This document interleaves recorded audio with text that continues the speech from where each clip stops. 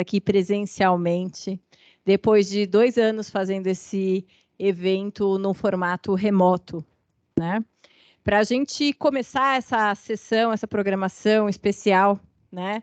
Que foi pensada com muito carinho, né? Pelo corpo docente aqui do curso, encabeçado pelas professoras Mariana e Marineide, que estão à frente da semana, né? A quem eu agradeço. Vou passar a palavra já para o nosso capelão universitário, né, o reverendo Jabes Hipólito de Campos Júnior, que nos conduzirá no momento devocional.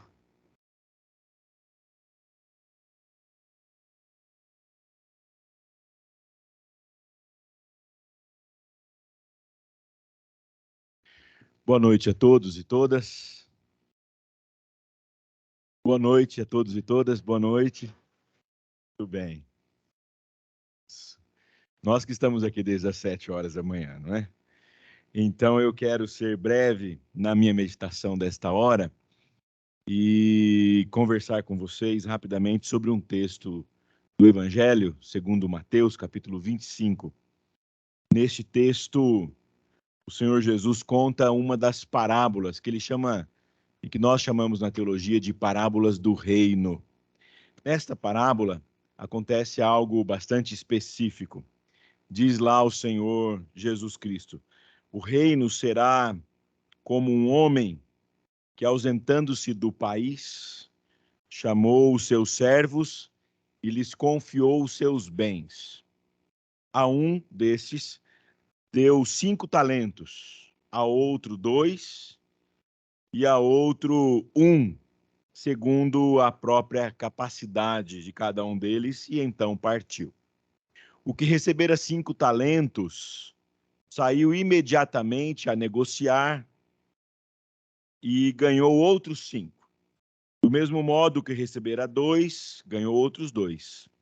Mas o que recebera 1, saindo, abriu uma cova, escondeu o dinheiro do seu senhor. E depois de muito tempo, voltando, o senhor chamou os servos para o ajuste de contas. Então, aproximando-se, que recebera 5 talentos, entregou outros 5, dizendo: Senhor, confiaste-me 5, eis aqui outros 5 talentos que ganhei. Disse o Senhor: muito bom, servo bom e fiel. Foste fiel no pouco, sobre o muito te colocarei. E a mesma coisa aconteceu em relação ao que recebera 2 talentos. Disse: Senhor, me confiaste 2, aqui tem outros que ganhei.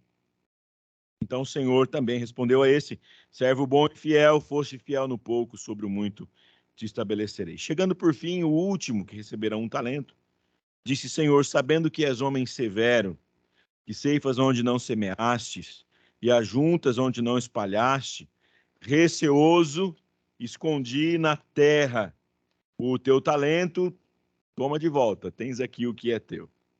Então o Senhor respondeu: servo mau e negligente, sabias que eu era que eu sou sério e que ceifo onde não semeei, ajunto onde não espalhei, cumpria que você me entregasse meu dinheiro aos banqueiros e eu voltasse com juros recebendo o que é meu. A este, então, foi-lhe dado determinado castigo, porque a todo o que se tem, diz o texto, o que lhe dá, a todo o que se tem, lhe dará, e quem tem abundância, e terá em abundância, mas ao que não tem, até o que tem lhe será tirado. Bom, talento, às vezes, nas igrejas, confunde-se com capacidade de fazer alguma coisa. Aqui não é. Talento é uma medida financeira, finalmente. E aí o Senhor Jesus, para mim, é uma das parábolas mais estranhas por causa do contexto que eu vou falar para você. O contexto dessa parábola dos talentos é falar sobre o reino de Deus, mas, sobretudo, falar sobre julgamento, sobre o juízo final, sobre o encontro que haverá com o Senhor na pós-vida. E aí ele conta essa parábola, como que alguém que recebera, então, esses talentos, essa medida aí, ele refez e renovou e aumentou. A explicação vem a seguir a esse texto que eu acabei de ler para vocês. Porque aí Jesus fala assim muito bem: quando vier o Filho do Homem e na sua majestade, com todos os anjos, se assentar no trono da sua glória, haverá ali o ajuntamento dos povos. E aí alguém vai perguntar: Senhor, como é que haverá este julgamento? Aí o rei responde o seguinte, e é aqui que eu chamo a sua atenção. Ele diz assim: porque tive fome e me destes de comer, tive sede e me destes de beber, era forasteiro e me hospedaste, estava nu e me vestistes, enfermo e fostes visitar-me, preso e fostes ver-me.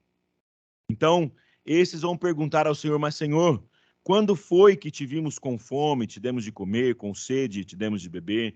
Ou te vimos forasteiro, ou estavas preso, ou te hospedamos, ou te vestimos?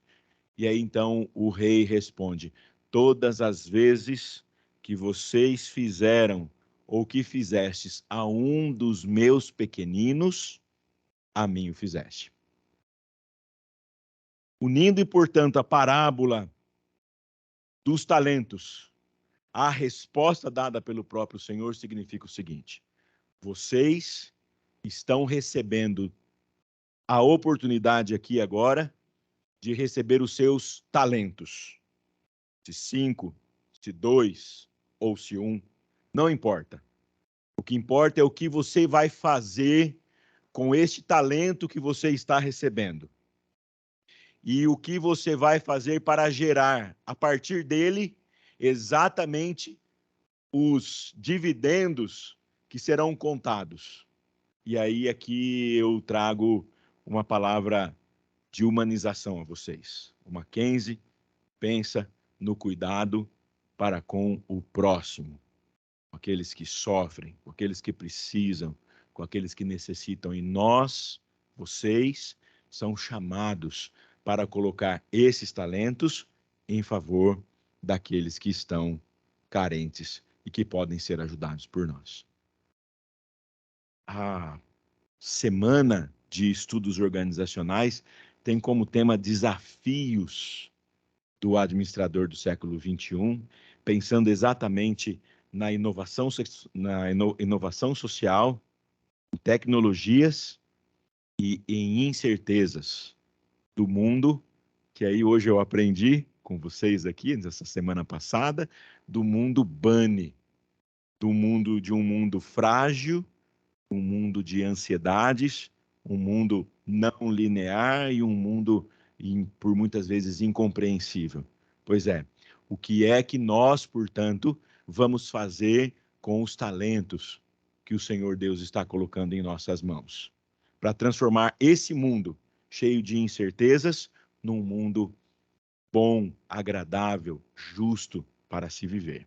Eu espero que vocês aproveitem esse tempo aqui, que foi preparado de fato com tanto carinho pelas professoras, com temáticas como a palestra magna de hoje pela manhã, a aula magna de hoje, fantástica. Certamente já vimos ali um aviãozinho do Mercado Livre, que vai fazer a gente certamente pensar no mundo em que vivemos. É a nossa hora, é a hora de vocês fazerem a diferença no mundo em que vocês estão vivendo. Que Deus nos abençoe. Quero aqui agradecer imensamente na pessoa do Dr. Anaor, nosso diretor, e das professoras, e trazer aqui o meu abraço carinhoso a você. Nós vamos fazer uma oração, se você me permite. Convido você a se colocar em pé, por favor.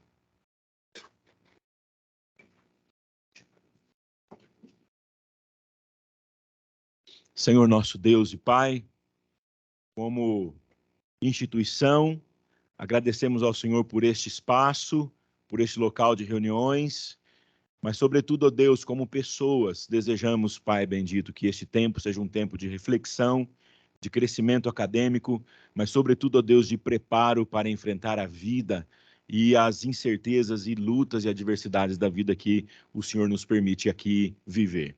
Que cada jovem, que cada pessoa, homem, mulher, nesta hora aqui possa olhar para ouvir tudo que vai aprender e olhar para o mundo em que está inserido, no sentido de que somos chamados para fazer essa diferença. Abençoa aqui esse tempo, nesta semana tão especial, preparada com tanto carinho, para que esse tempo seja um tempo de aprendizado, transformação, motivação, preparo para enfrentar a vida. Muito obrigado a Deus por isso, nós oramos e agradecemos em nome de Jesus. Amém. Amém. Pode sentar-se, queridos, muito obrigado. Uma boa noite a todos e todas.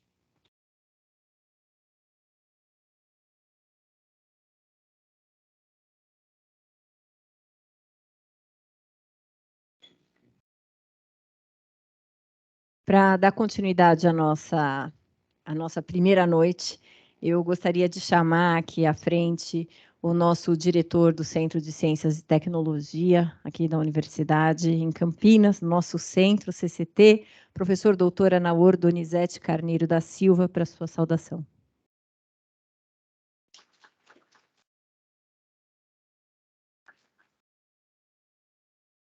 Boa noite a todos. Uma satisfação tê-los aqui.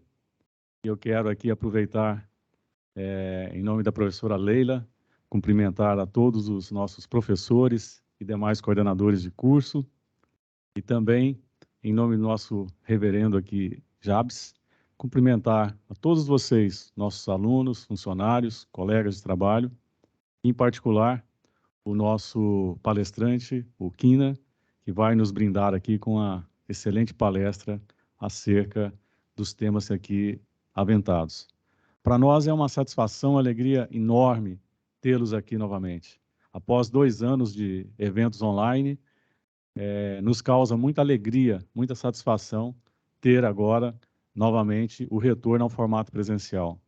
Isso é muito importante, porque a presença de vocês é que dá vida aqui ao nosso campus, que traz alegria, que traz movimento, mobilidade, energia, e isso é muito importante dentro de um campus universitário. Estava muito triste aqui, esses 2 últimos anos, sem vocês. Então, sejam muito bem-vindos, nós estamos realmente muito alegres e muito felizes. Eu quero desejar, então, que tenham realmente um excelente evento, aproveitem essa semana, uma semana de muito conhecimento, de muitas palestras, e vocês vão ouvir muito falar sobre 4 questões fundamentais, não obstante o tema que vai ser tratado, né, que o reverendo já adiantou, acerca do que nós vivemos hoje, né, o mundo bunny. A questão da ética, a questão da criatividade, a questão da colaboração e, principalmente, da resiliência.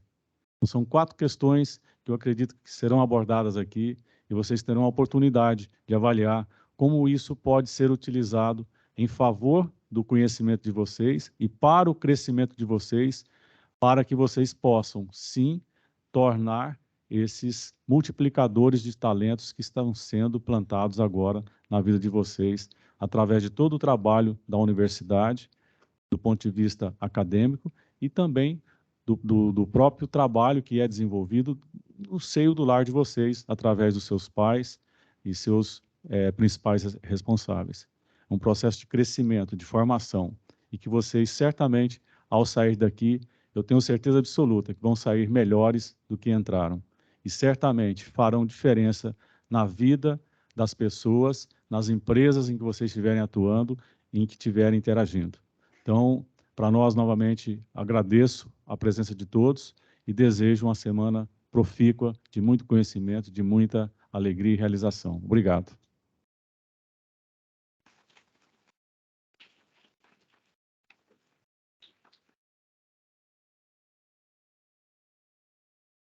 Gostaria de, nesse momento, passar a palavra para o nosso pró-reitor de Planejamento e Administração, né, que é filho desta casa, né, que está sempre aqui conosco, o professor Dr. Luiz Carlos Lemos Júnior. Por favor, professor, seja bem-vindo.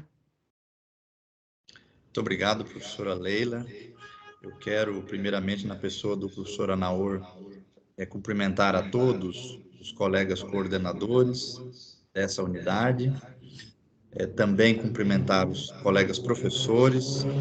Como a professora Leila bem mencionou, eu fui durante 6 anos professor no CCT e me sinto, de fato, embora aqui à distância, mas me sinto em casa, podendo estar com vocês nesse momento, e já estive aí presencialmente pela manhã, acompanhando a abertura da 6ª CMO, e, de fato, esse é um momento ímpar.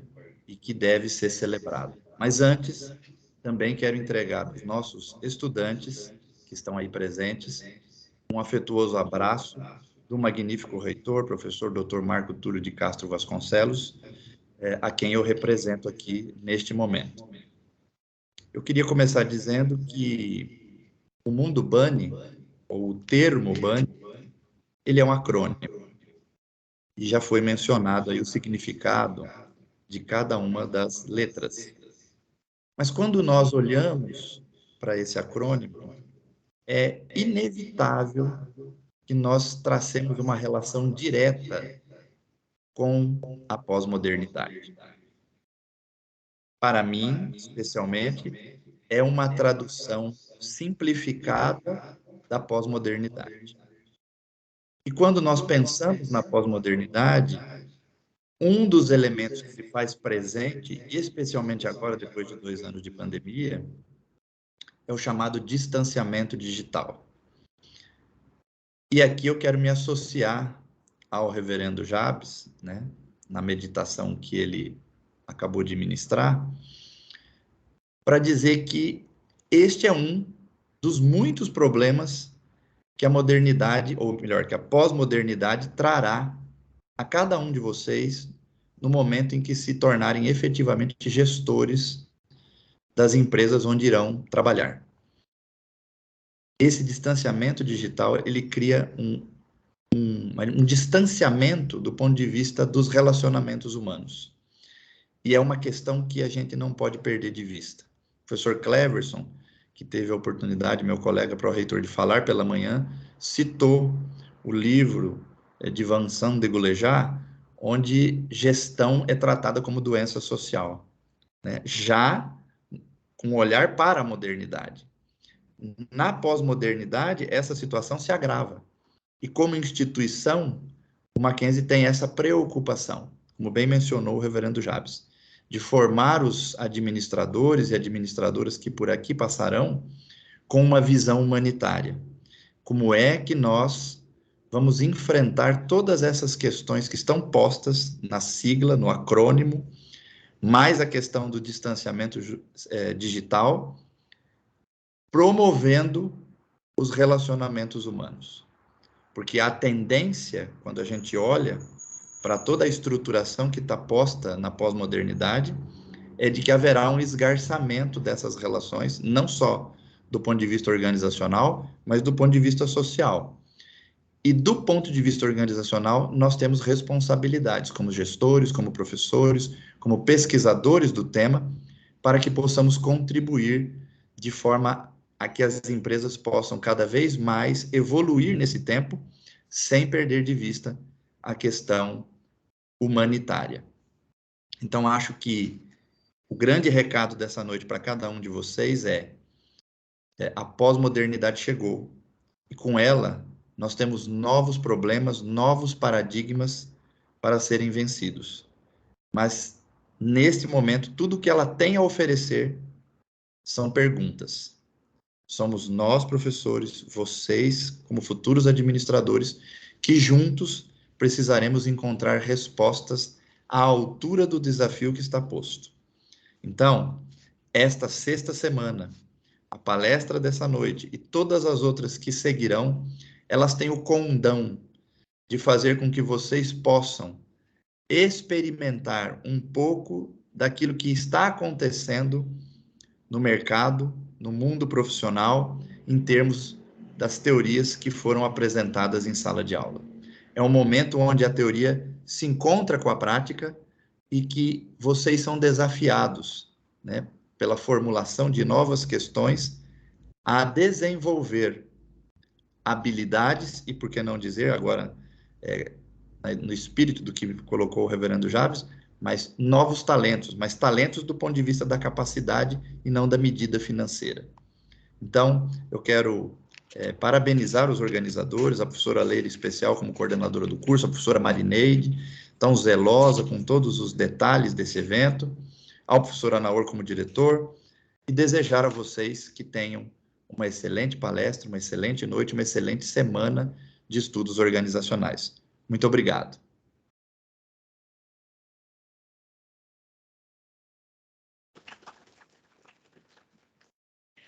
Muito obrigada, professor Luiz, pelas suas palavras. Então, agora, nesse momento, nós temos a honra de receber nessa noite Ricardo Quina, do Mercado Livre, para nos falar sobre operações, desafios e complexidade do mercado, né? Essa é a segunda vez que nós recebemos o Ricardo aqui. Seja muito bem-vindo, Ricardo. Por favor, fique à vontade. O Ricardo ocupa atualmente a posição de Site Head de Operações no Mercado Livre, tem mais de 20 anos de experiência em operações, engenharia, serviços, logística e tecnologia, com passagens por empresas como Dell Technology, PSA, Peugeot, Citroën França, Schuler Press, Brasil Alemanha, Monsanto, Bayer, iRock Technologies, e nos últimos 12 anos em posições de liderança em empresas Top 10 Great Place to Work no Brasil. Formado em Engenharia Elétrica pela Universidade Estadual de São Paulo, com especialização em Engenharia de Telecomunicações pelo Institut National Polytechnique de Grenoble, França. MBA em Gestão Industrial pela Fundação Getúlio Vargas e, mais recentemente, concluiu um programa de imersão no Vale do Silício, Califórnia. Apaixonado por tecnologia e gestão, entrou no Mercado Livre em 2021 para liderar a primeira operação First Part Fulfillment do Brasil, que atingiu seu pico, 1.000 colaboradores diretos e indiretos. Ricardo, muito obrigada pela sua presença. Seja muito bem-vindo. Boa noite. Obrigado, professora Leila. O pessoal está achando que eu tenho uns 100 anos, né? O mundo passa rápido, né? Bom, primeiro, muito obrigado, professora Marineide, pelo convite, senhor reverendo, professora Naor, professora Leila, professor Luiz também, todos os alunos, todos os coordenadores, obrigado pela oportunidade. E eu fui procurar, faz exatamente 4 anos e meio que estive aqui a última vez. Acho que a grande parte dos alunos não estavam aqui, né? Não? Acho que não, né? Tem alguém que trabalha no Mercado Livre aqui? Também não. Que se tivesse, eu ia pedir para me ajudar aqui, quando eu não souber responder. Ainda não. Gostei. Pessoal, a ideia aqui é o seguinte, eu gosto muito de fazer uma palestra, né, com conteúdo mais leve. Eu vou deixar um tempinho no final aqui para a gente poder conversar, tá? Bater um papo, vocês trazerem as perguntas também. E eu vou falar um pouquinho do Mercado Livre. O Mercado Livre é muito grande, eu não vou entrar em todas as verticais do Mercado Livre. Vou falar um pouquinho de mim também, bem rápido. E depois eu vou falar sobre o Mercado Envios, que é super importante, que foi uma das empresas, né, criadas pelo Mercado Livre para poder fazer toda a gestão logística. E depois eu vou falar um pouco também do mundo, né, Bunny, que era o mundo VUCA até há pouco tempo, e pelo menos passar aqui as minhas considerações e os principais desafios que eu tenho lá na organização, tá bom? Deixa eu pegar aqui o laser. Bom, começando aqui pelo avião, que chama atenção. Então, o Mercado Livre, inclusive, na semana passada, a gente fechou um contrato com a Gol, então, para mais 6 aviões exclusivos, e hoje são 9 aviões exclusivos do Mercado Livre para fazer entrega, principalmente nas regiões mais distantes do Brasil, né? E vocês vão ver muito, eu vou falar, né? Muito de missão, né? Muito da, né? Qual que é o fundamento da empresa, né? E a nossa missão é democratizar o comércio. E quando a gente fala democratizar, né, não significa entregar um pacote com qualidade, com um preço competitivo, por exemplo, na Faria Lima, aqui em Campinas, mas você poder fazer isso daí em qualquer lugar do Brasil. Então, isso é democratizar o comércio. E para isso que, por exemplo, agora a gente teve mais 6 aviões, só para vocês terem uma noção aqui de volume, né, com esses 6 aviões agora a gente vai chegar a 40 milhões de pacotes enviados via, né, aéreo por ano. Então, é bastante coisa, né? Bom, a professora Leila já falou bastante aqui, mas eu vou só destacar algumas coisas que eu acho interessante, tá? Então, eu vim aí da área de engenharia, da área de operações há alguns anos, eu não quero fazer conta aqui agora, apesar de ser engenheiro, e comecei, né, a primeira faculdade que eu terminei foi em Grenoble, na França. Então eu fui fazer engenharia de telecomunicações, finalizei, aí eu voltei para o Brasil, aí eu terminei, na verdade, na Unesp, que eu já tinha começado, eu parei no 4º ano para poder fazer a faculdade, terminei no Brasil, e aí comecei minha vida profissional. Meu primeiro emprego foi na França, essa iRock Tech é uma empresa que presta serviço principalmente para a NASA. Então, a gente levava chips e memórias para bombardear com raios. Olha que loucura! Para bombardear com raios, esse foi o meu primeiro emprego. Falando francês, eu não falava direito, né? E aí a gente levava, né, esses chips para fazer proteção, para eles serem embarcados em ônibus espaciais. Olha que coisa de doido, né? E Daí eu voltei para o Brasil, quando eu trabalhei na Monsanto, e aí eu fui para a Schuller, que é uma empresa grande de máquinas e equipamentos, principalmente de prensas, então toda a indústria automobilística tem uma prensa da Schuller, e aí eu fui trabalhar muito em indústria automotiva, né? Então passei aí alguns anos aí trabalhando em indústria automotiva, até que eu fui convidado para ir para a Peugeot, da França, para montar uma operação deles, e aí eu comecei, né, eu cuidava da área de automação, e depois eu fiquei com todo o projeto. E aí fui convidado, voltei para o Brasil para entrar na Dell, quando a Dell montou a fábrica ficava no Rio Grande do Sul, aí ela veio para Hortolândia, aqui pertinho, e aí eu fiquei por quase 15 anos na Dell. Então, quando eu vim aqui, eu ainda estava na Dell, eu falei de IoT, falei de Indústria 4.0 na outra palestra, e eu coloquei um tempinho aqui, né? Eu coloquei 2 formações, né? Aí, também fiz meu MBA nesse meio período, mas eu coloco um ponto bacana aqui que em 2019 eu tive a oportunidade de fazer uma imersão no Vale do Silício, né? E o que vocês, o professor Luiz, a professora Naor, o reverendo também, Jabes, a Leila também comentaram, quando a gente fala de Vale do Silício, eu aprendi muito lá. Quando eu cheguei no Vale do Silício, eu pensei que eu ia ver tecnologia. E, na verdade, o Vale do Silício, assim, o grande segredo do Vale do Silício são as pessoas. Então, é a conexão. Então, abrindo um parênteses, eu estava vindo para cá, eu falei para o meu pai, pai, eu estou indo no Mackenzie. Meu pai, mas o que você vai fazer no Mackenzie? Eu falei, eu vou criar conexão. É para isso que eu vim. Esse é o meu principal objetivo, né? E aí eu aprendi muito isso lá no Vale do Silício. Então, a tecnologia, né, tudo aquilo que a gente muitas vezes toca, né, o que a gente quer comprar, né, o que a gente desenvolve, isso de algum momento, né, vai ser desenvolvido ou você vai poder comprar, isso vai virar uma commodity, mas agora as conexões não. Então é importante que a gente nunca perca essas conexões e é isso que faz a diferença. Vocês vão entrar numa empresa ou vão continuar na faculdade, não sei, mas isso é super importante aqui principalmente quando a gente vai tratar com pessoas, né? Quando a gente tem aí uma gestão de uma equipe. Então nunca se esqueçam disso, tá? Ética, igual a professora Naor colocou. Então ética é algo que acho que é inegociável, né? Então nem vou entrar. Alguns dos tópicos aqui eu coloquei no meu último slide, mas ética é parte do princípio que é inegociável, na é verdade. Pessoal, eu não vou ficar lendo todos os slides, mas só para mostrar um pouco algumas coisas que são super importantes, tá? Então, toda empresa, obviamente, tem um propósito. Eu já falei aqui do democratizar, acho que a gente não vai enxergar aqui, do democratizar, mas uma coisa que eu acho muito bacana é isso daqui. Quando eu falo do Mercado Livre, é o DNA, né? Assim, como que a gente faz? E a gente tem um DNA muito forte, e esse DNA realmente a gente executa todo dia, né? Então, vou dar um exemplo, né? Deixa eu colocar aqui, ó. Estamos em beta contínua. Alguém tem ideia do que é estar em beta contínua? Alguém tem ideia? Não? O beta, isso veio do desenvolvimento, veio do software, né? Que era você sempre fazer uma versão que não está pronta, você já coloca ela para ser testada, né? O teu cliente vai testar e depois você vai melhorando. Então, estar em beta contínuo, essa palavra veio do Vale do Silício, eu vou falar um pouco depois da fundação do Mercado Livre, mas o Vale do Silício fala muito isso, a gente nunca está pronto, então a gente sempre se desenvolve. Então, estar em beta contínuo é algo que a gente precisa praticar lá dentro. Então, assim, você tem que muitas vezes colocar o teu chapéu da humildade. Putz, a pessoa falou alguma coisa, às vezes não faz sentido, mas espera aí, escuta de novo. Deixa ela falar. Daqui a pouco ela descobre alguma coisa diferente, ou te mostra uma maneira diferente de fazer as coisas. Então, eu dei um dos exemplos aqui, né? Deixa eu dar uma olhada. Competir em equipe para vencer, isso é uma coisa super bacana, né? Então, a gente realmente, pelo menos lá no Mercado Livre, do que eu vejo, de todas as empresas que eu já passei, a gente tem muita colaboração. Foi uma das palavras também que o professor Anauro colocou, né? Então, a colaboração ela é essencial. Então, não tem jeito. Você consegue sozinho, você chega lá, mas junto você chega muito mais rápido e muito mais alto, tá? Não vou ler todos os outros aqui, mas acho que isso é um dos principais pontos, né? Impacto socioeconômico também. Então, o Mercado Livre também tem uma ação social muito grande, né? Então, durante a pandemia, né, o comércio sendo fechado, então muitos varejistas, muitas empresas, muitas pessoas que não tinham, né, que perderam a renda, passaram a usar do Mercado Livre como sua fonte principal de renda, tá?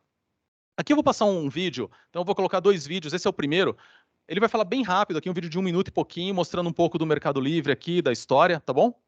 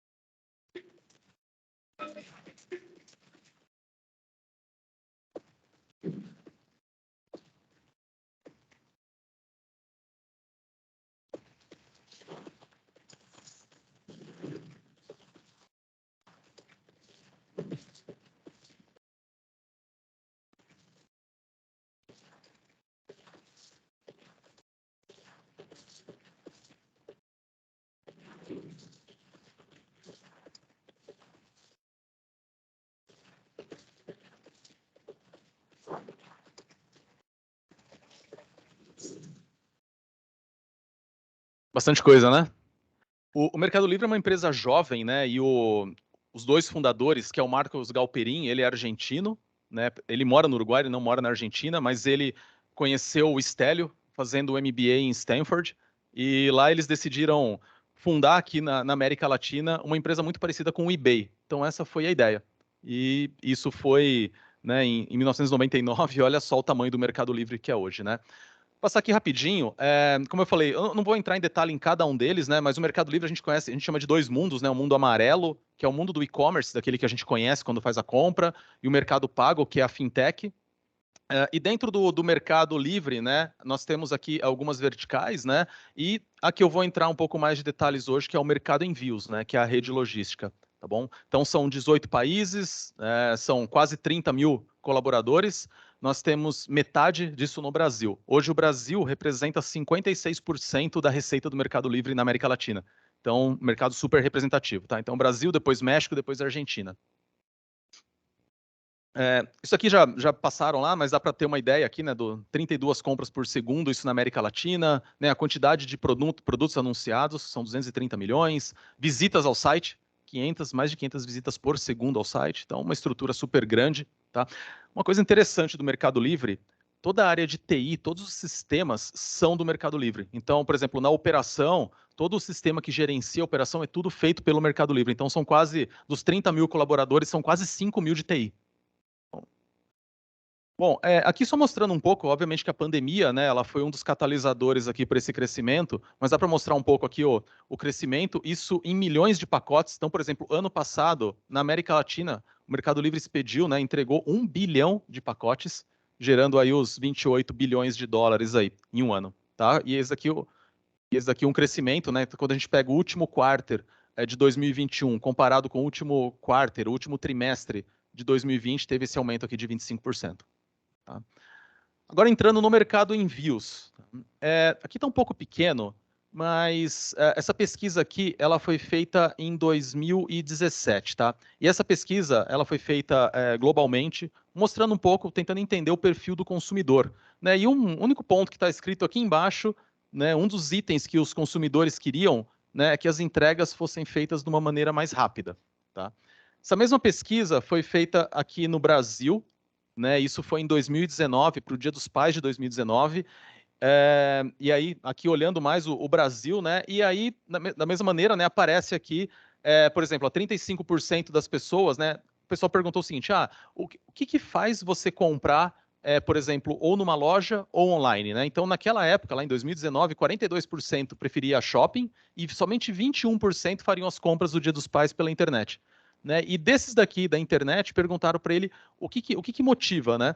E basicamente 35% quando tem frete grátis e 24% quando você tem um prazo de entrega mais curto. Então, né, isso já estava vindo, o Mercado Livre ainda, eu vou mostrar para vocês, ainda era muito dependente, né, dos Correios na época, e isso fez o Mercado Livre fazer mudar toda a estratégia nossa de logística, tá bom? E aqui eu acho que é o principal ponto, né? O Mercado Livre decidiu colocar, sim, né, a logística como parte da experiência. Não somente o produto, não somente os descontos, não somente o acesso à ferramenta, mas aí toda a entrega. Bom, para quem, não sei se alguém aqui já comprou no Mercado Livre aí há alguns anos, então há 10 anos atrás você tinha uma perguntinha, você tinha que colocar, né? Putz, quanto que custa? Qual é o frete para tal CEP? e aí você negociava, viu, eu quero tal cor, mas vai chegar, e aí isso demorava pra caramba, né? Isso a gente entendeu realmente que precisava, né, tirar um pouco essa negociação, né, de venda, e a gente partir realmente para algo, né, mais que fosse realmente gerasse valor aí para o usuário, né? E aí eu coloquei um ponto aqui importante, que isso realmente fez parte de um plano estratégico da empresa, né? E isso é recente, tá? Então, aqui a gente está falando aí de 2018, 2017, mais ou menos, tá? E aí, basicamente, essa estratégia ela foi dividida em duas partes. Então, é o seguinte, olha, a gente precisa melhorar a logística e a gente precisa dividir isso em duas estratégias, né? Tanto operacional, como que a gente vai fazer isso, né? Então, como que vai ser a nossa malha, o que a gente vai precisar investir em capital, né? Em galpões, em distribuição, em caminhões, etc. E também a parte de tecnologia, tá? Como que a gente vai desenvolver os sistemas. Então, um dos pontos que eu coloquei aqui que o Mercado Livre ele resolveu, como ele foi criado desde o zero, né? Então, toda a parte de TI, todos os sistemas foram feitos pelo próprio Mercado Livre, tá bom? E aqui é super importante, né? E o Mercado Livre, desde o começo, entendeu que a logística, né, era um investimento a longo prazo, então foi um investimento que a empresa fez e ainda faz, tá? Entendendo realmente que isso vai melhorar a experiência aí dos compradores e dos vendedores também. Aqui, só para vocês entenderem, agora eu vou falar um pouco sobre esse diagrama e de como funcionava e de como que a gente desenvolveu a estratégia. Tá? Então, primeiro é o seguinte, o Mercado Livre no começo, você tinha a ferramenta online, e aí o que acontecia? O teu vendedor, ele precisava mandar para o comprador através, por exemplo, de um carrier, através dos correios. Essa era a única maneira que a gente tinha, né, de enviar um pedido do vendedor para o comprador. Isso daqui, quando a gente olha lá 2017, você vê que é bem recente, né, 95% dos pedidos eram entregues através dos correios. O que aconteceu? Primeiro, né, você depende de uma única empresa, né, uma empresa que controla o mercado, e isso trouxe muitos desafios para o Mercado Livre, tanto em experiência quanto em custo, né? Então tiveram alguns momentos aí que o correio, né, os correios aumentaram, os correios aumentou todo o frete e isso impactou diretamente aí no resultado do Mercado Livre. Então, né, daquela estratégia que vocês viram antes lá, era uma estratégia basicamente para 5 anos, era uma estratégia, acho que para o ano passado, essa estratégia ela teve que ser antecipada, principalmente por causa de uma greve que teve aí dos Correios, e a gente realmente impactou o negócio. Então a estratégia ela estava desenhada, o Mercado Livre teve que antecipar. Tá bom? E aí o Mercado Livre criou, né, uma outra unidade dentro da rede logística, que seria o que a gente chama de cross-docking. O que seria isso? Então, o vendedor ele poderia usar os correios para mandar para o cliente, ou então ele poderia mandar para uma unidade do Mercado Livre e o Mercado Livre faria essa distribuição. Então o vendedor ele usaria a ferramenta do Mercado Livre e também uma parte da logística. Ele poderia optar por usar a logística, tá? Através de um cross-docking. O que o cross-docking faz, na verdade? Esse daqui é mais um conceito de distribuição, de centro de distribuição. Ele recebe, vê para onde vai, faz a roteirização, põe nos caminhões, nas vans e entrega, tá bom? Com isso daqui, a dependência dos Correios já começou a diminuir. Então, a gente já foi aí para 20% na rede logística do próprio Mercado Livre, tá bom? E finalzinho de 2017, 2018 e 2019, o Mercado Livre realmente investiu no modelo que chama de fulfillment. Não sei se alguém aqui já ouviu falar, mas quando vocês compram no Mercado Livre, tem um raiozinho escrito full. Compre hoje, receba hoje ou receba amanhã. Esse full significa a mercadoria está com o Mercado Livre. Tá? Então, o vendedor, nesse caso, ele manda a mercadoria para um fulfillment, né? E esse fulfillment manda para o cliente. O que acontece nesse caso? O vendedor ele usa a ferramenta do Mercado Livre, né? O e-commerce, ele usa a logística e ele usa o armazenamento. Então é aqui que, por exemplo, muitas lojas, né, que tinham muitas lojas físicas, né, principalmente por causa da pandemia, né, deixaram de gerenciar os estoques porque as lojas não podiam mais abrir. Então eles mandavam tudo isso aí para os fulfillment centers e com isso eles conseguiam aí se manter e a gente criar um estoque grande aí dentro de cada fulfillment. Para vocês terem uma ideia, hoje são 9 fulfillments no Brasil e aí depende muito do tipo do fulfillment, mas tem fulfillment aí com 6, 7 milhões de produtos. Então depende muito. E quando eu falo de dinheiro, eu não vou nem comentar aqui porque o valor é bem alto, tá? Bom, e aí também foi criado um Service Center. Então esses Service Centers, basicamente eles são pequenos cross-dockings, né? E só que muito mais espalhados. Então, praticamente todas, por exemplo, Campinas tem um cross-docking muito grande, né? E as cidades aqui ao redor, puta, Sumaré, Paulínia, Americana, Santa Bárbara, todas elas têm service centers. Então, esses service centers, eles fazem realmente a última... Oi? Até Santa Bárbara, tem um em Santa Bárbara. E aí os service centers, eles fazem essa última distribuição menor, tá?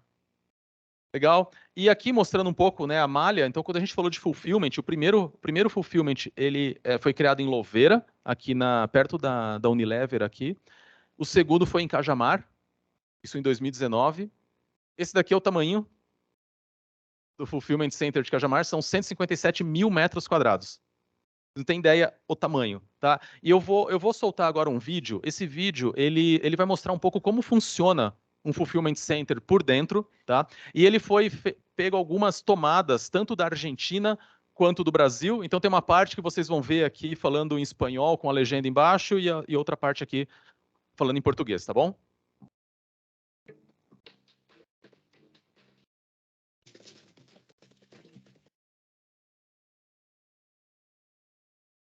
Hola, te damos la bienvenida a los centros de almacenamiento y distribución de Mercado Libre. Mi nombre es Marcos y te voy a mostrar los procesos que suceden aquí.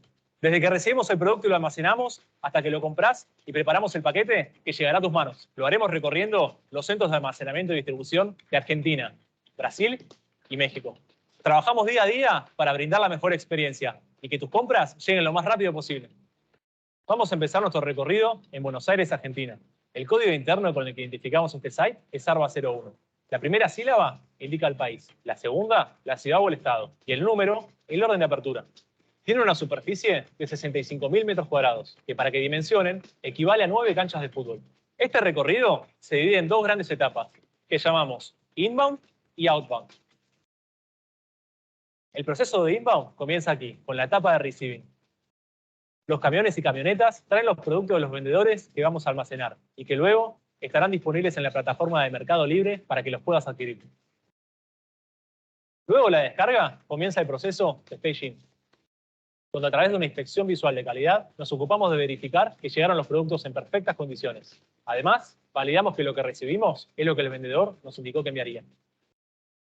Una vez que los productos fueron verificados, comienza el proceso de check-in. Cada producto tiene un mail y SKU, un código único que nos permitirá saber a quién pertenece ese producto. El sistema de WMS que usamos fue desarrollado íntegramente por el equipo de IT de Mercado Libre. Una vez etiquetados los productos, los colocamos en totes. Así se llaman nuestros contenedores.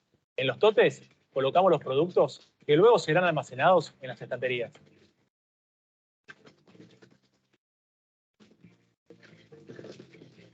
Ahora, para seguir viendo cómo funciona el proceso de inbound, viajemos a otro de nuestros centros de almacenamiento y distribución, ubicado en São Paulo, Brasil.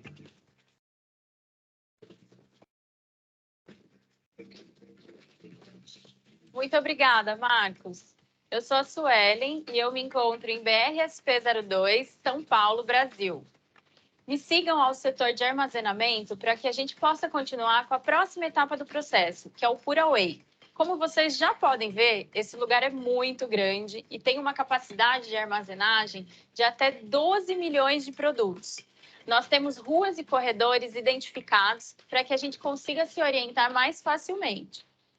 Aqui, buscamos espaços livres para colocar os produtos e registramos com um handheld onde eles foram armazenados, para que depois eles sejam encontrados com mais facilidade. Usamos uma forma de armazenamento que é aleatória. Isso significa que não guardamos os mesmos tipos de produto todos juntos. Isso evita aglomerações nos corredores.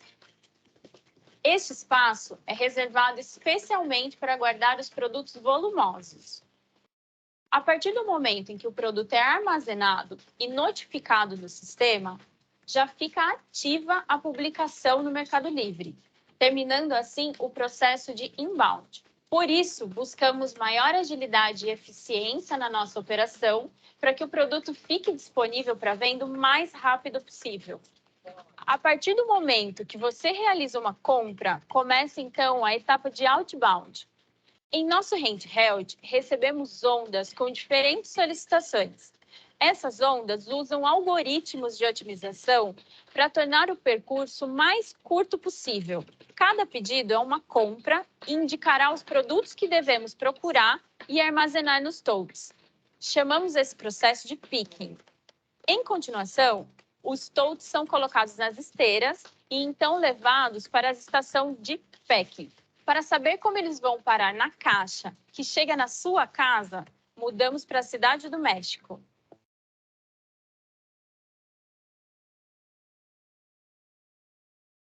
Muchas gracias, Suelen. Te damos la bienvenida en MXCD02 en la Ciudad de México.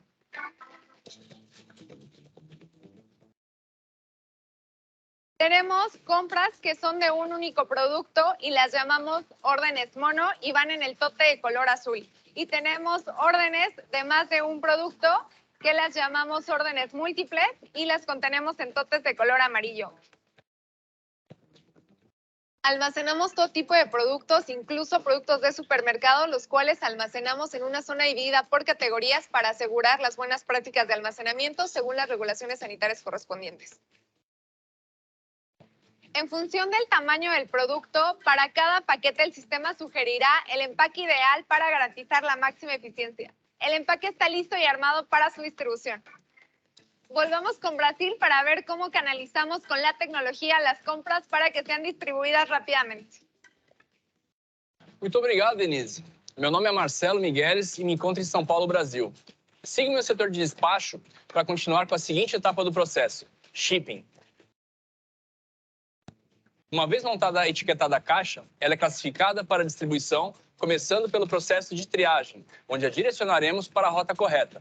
O sorter é essa grande máquina que nos permite classificar 17 mil pacotes por hora.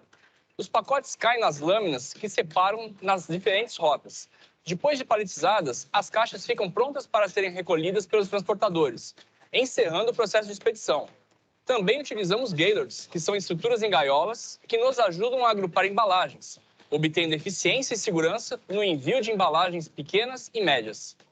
Essa é a última parada do tour. Então, o pacote seguirá seu roteiro até chegar ao destino. Esperamos que você tenha gostado da jornada que centenas de milhares de produtos fazem todos os dias em nossos centros de armazenamento e distribuição. Donde las personas y la tecnología estamos en perfecta armonía, trabajando de forma segura para llegar cada vez más rápido a millones de hogares de Latinoamérica. Cada uno de los que trabajamos aquí, tratamos cada paquete como único. Para que sempre Te llegue lo mejor. Pequenininho? Vocês imaginavam já? Alguém teve oportunidade já de visitar algum centro desse? Grande, né? Legal. Pessoal, e com isso, né, já em 2019, vocês veem aqui que, né, a nossa utilização dos Correios aqui passou a ser de 57%. E aí o Mercado Livre também criou, né, o que nós chamamos de place e pick. E pick-up, o que seria isso? O vendedor ele pode deixar perto da casa dele, como se fosse uma agência dos Correios mesmo, e o comprador também ele pode tanto devolver um produto, quanto ele pode pegar esse produto. Então, quando você compra, né, no Mercado Livre, você pode optar, ó, quer receber na tua residência ou você quer pegar em algum lugar próximo da sua casa.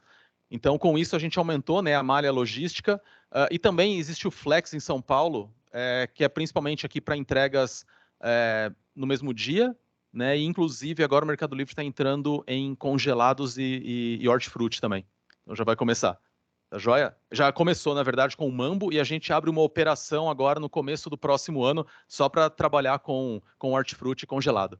Então tem bastante coisa. O Mercado Livre ele investiu no Brasil, ano passado, 10 bilhões de reais, né, em toda, principalmente aí no mercado envios, e agora para esse ano são 17 bilhões, então 70% a mais de investimento. Okay? Essas aqui são hoje, né, as operações, então são 9 operações e a gente atende, né, diretamente aí praticamente o Brasil todo, e a gente entrega hoje, né, em qualquer lugar do Brasil, 78% dos nossos pedidos são entregues em até 2 dias e 50% no mesmo dia. Legal? E com isso aqui, ó, chegamos aqui em dezembro do ano passado com 95% de utilização de tudo aquilo que a gente entrega com a própria rede do Mercado Livre. Então, vocês devem ver van para tudo quanto é lado, caminhão. Então, só os caminhões são mais de 1.000, né? Tem caminhões elétricos, tem caminhões a gás, as vans são mais de 10 mil já no Brasil. Então, uma rede logística bem grande, além, né, dos terceiros que a gente contrata também para transportar os produtos, tá bom?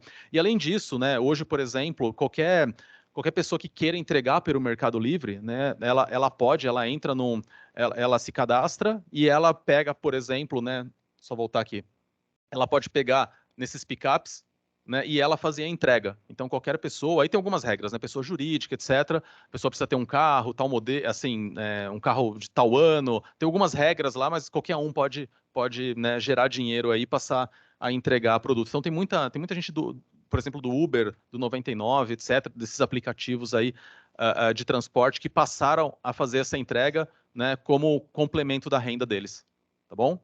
Pessoal, esse daqui é um dos últimos que eu tenho aqui do Mercado Livre, tá? Eu vou abrir depois um pouco para a gente bater um papo. Aqui mostra um pouco o mercado envios, né? Como eu falei, 79%, né, das entregas em menos de 2 dias. E aqui mostra um pouco, né, o crescimento aqui. Só voltando, indo aqui embaixo, esse 89,5 significa que 89,5%, né, de tudo aquilo que a gente entrega, a gente usa, né, a logística do Mercado Livre.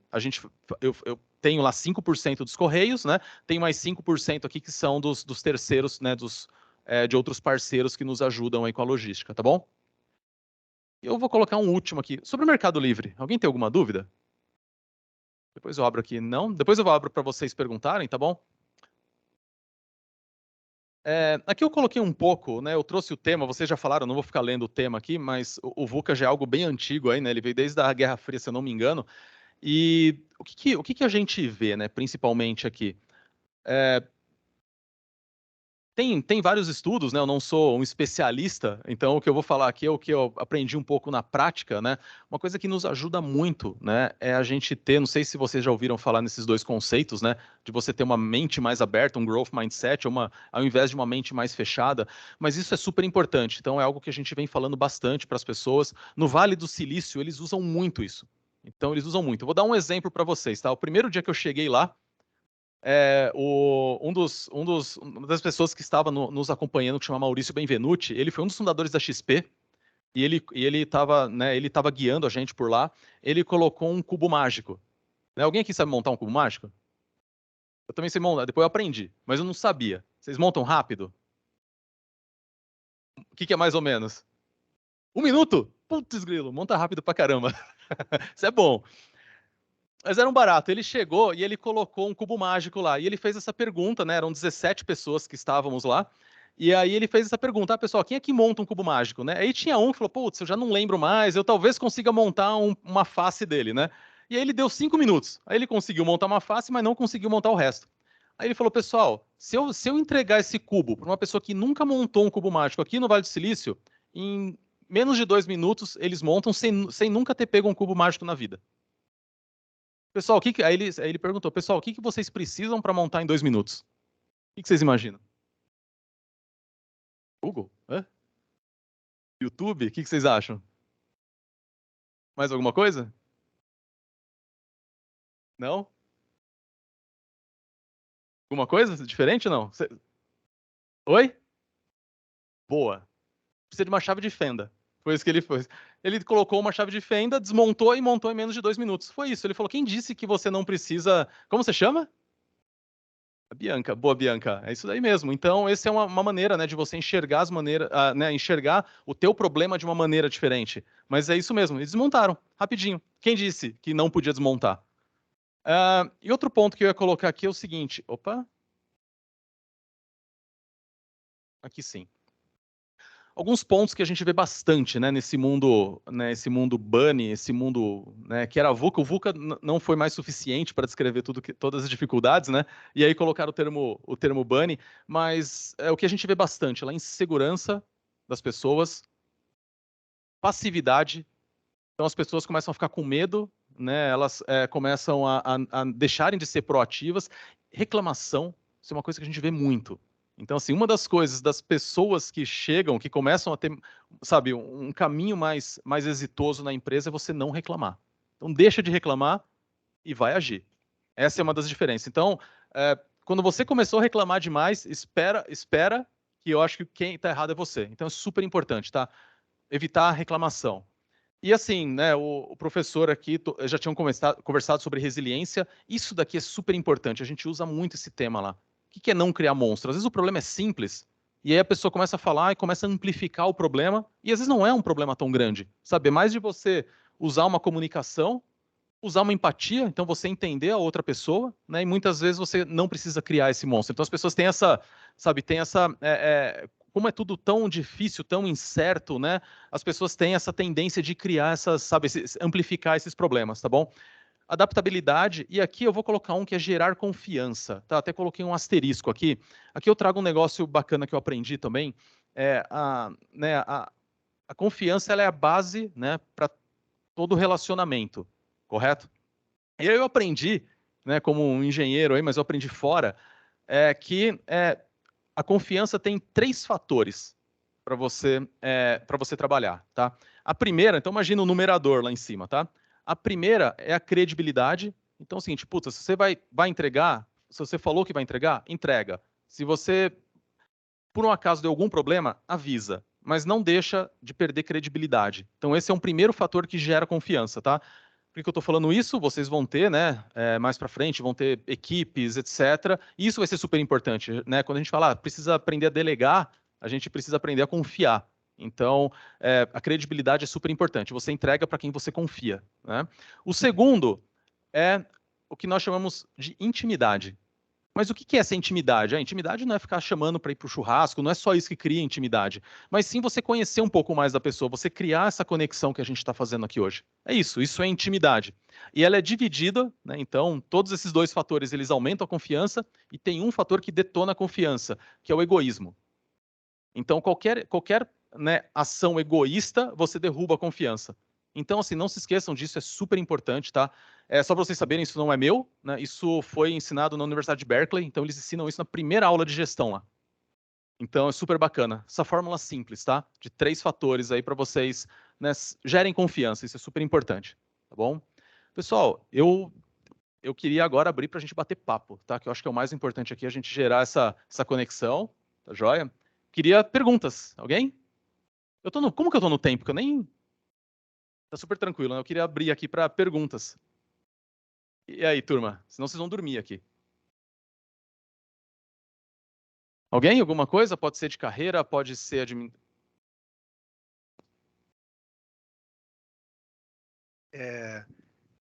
Eu compro bastante no Mercado Livre, não fazia a menor ideia do que era desse jeito. Não usa correio? Não usa correio? Quase nada. 5%. Hoje são 5%. Então, 5% somente com correio. Qual que é a chave para um negócio com uma estrutura desse tamanho ser lucrativo?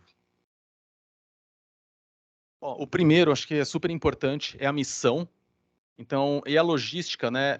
Ela é um investimento. Então, a gente não começou desse tamanho, né? Acho que é a missão junto com as pessoas, né? Então, o Mercado Livre dá muito valor, realmente dá mesmo, sabe? Então, para quem trabalha lá, por isso que eu até perguntei se alguém aqui também já tinha trabalhado no Mercado Livre, que não ia deixar eu mentir sozinho, né? Tô brincando. Mas para vocês verem que realmente é verdade. Então, é um clima assim super leve. É um clima, sabe, realmente, putz, tem um problema, vamos junto. Eu acho que é dessa maneira principal aqui, a gente tem muita liberdade. Então, isso é algo essencial. A gente tem a confiança, a gente trouxe muita gente boa do mercado. Então, esse é um dos segredos também. E agora é deixar o pessoal trabalhar. O pessoal sempre fala isso, né? Uma crença lá do Vale do Silício, né? Então, você contrata alguém que é melhor que você e deixa ela trabalhar. Acho que é essa a ideia, né?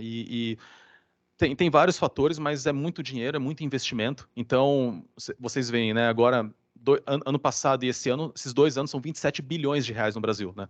E o Mercado Livre hoje, a gente perdeu o posto nesse trimestre, mas hoje é a segunda empresa mais valiosa da América Latina. Trimestre passado, a gente era a empresa mais valiosa da América Latina. Então, tem realmente uma rentabilidade grande. Mas acho que o principal ponto é faz, sabe? Tem alguma coisa, faz. Vou dar um exemplo. Na operação que eu gerencio, eu queria colocar um robô, e aí eu fui para algumas vias, né? Tem um time de robótica no Mercado Livre, e o negócio estava demorando um pouco, eu não estava conseguindo provar um estudo de caso. Aí isso foi em dezembro. O meu chefe, que cuida do Brasil inteiro, ele foi visitar a minha operação, né? E eu falei para ele chama Luiz, né? Eu falei, Luiz, puta, me dá a carta branca, deixa eu colocar esse negócio. Ele falou, cara, pode colocar. Se você tiver dinheiro, o teu custo estiver ok, não sei o que, pode colocar. Isso foi em dezembro. Final de fevereiro eu estava com o robô que eu queria lá. A gente colocou na operação. E agora, em março, a gente já colocou em São Paulo também. Então, assim, as coisas acontecem rápido, sabe? Então, assim, putz, conseguiu, faz. Então, essa é uma das grandes vantagens, assim, que está no DNA. Então, quando a gente fala muito da missão do DNA, é importante. E assim, né? Cada empresa é de um jeito. Então, eu coloquei adaptabilidade, né? Então, eu já trabalhei em empresa muito processual, muito tradicionalista, com uma gestão bem tradicional, e indo agora para uma gestão que é totalmente moderna. Então, o meu chefe, quando vai na minha operação, para você ter uma ideia, ele vai de bermudão. Ele vai de bermudão, não sei o quê, meia colorida até aqui em cima, e é o jeito que ele tá bem. E trabalha bem pra caramba, o cara cuida do Mercado Livre Brasil, né? Então, assim, é você, sabe, respeito, sabe, respeito às diversidades, respeito às opiniões, ética e o restante a gente faz. Bacana?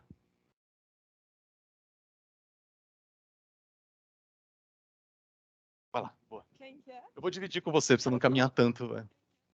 Lá no fundo.